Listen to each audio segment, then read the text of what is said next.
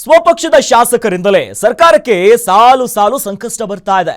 CM Siddaramaiah ಕರೆದ್ರೂ ಕೂಡ ಭೇಟಿ ಮಾಡಲಿಲ್ಲ ಬಿಆರ್ ಪಾಟೀಲ್ ಅವರು. ಸಿದ್ದರಾಮಯ್ಯ ಭೇಟಿಯ ವಿಚಾರಕ್ಕೆ ಬಿಆರ್ ಪಾಟೀಲ್ ಅವರು ಸ್ಪಷ್ಟನೆ ಕೊಟ್ಟಿದ್ದಾರೆ.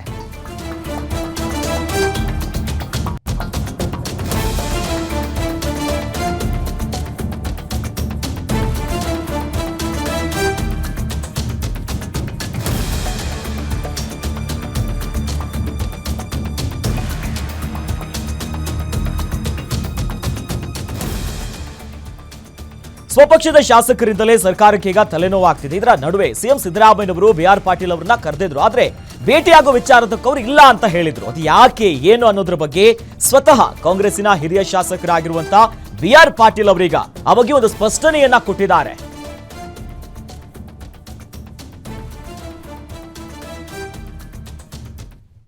ಅದೇ ಪ್ರೀತಿಯಿಂದ ಮಾತಾಡಿದಾನೆ, ಅದೇ ಪ್ರೀತಿಯಿಂದ ನಾನು ಮಾತಾಡಿದ್ದೀನಿ. ಅವನಿಗೆಲ್ಲ ಗೊತ್ತದ.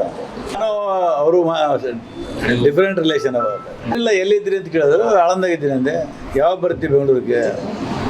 ಬರ್ತೀನಿ ಅಂತಂದೆ. ರಾಯಚೂರು ಬರ್ತಾ ಇಲ್ಲ ಅಂದ್ರೆ ನಾನು ಕರೆದಿಲ್ಲ, ನಾ ಬರಲಂತೆ.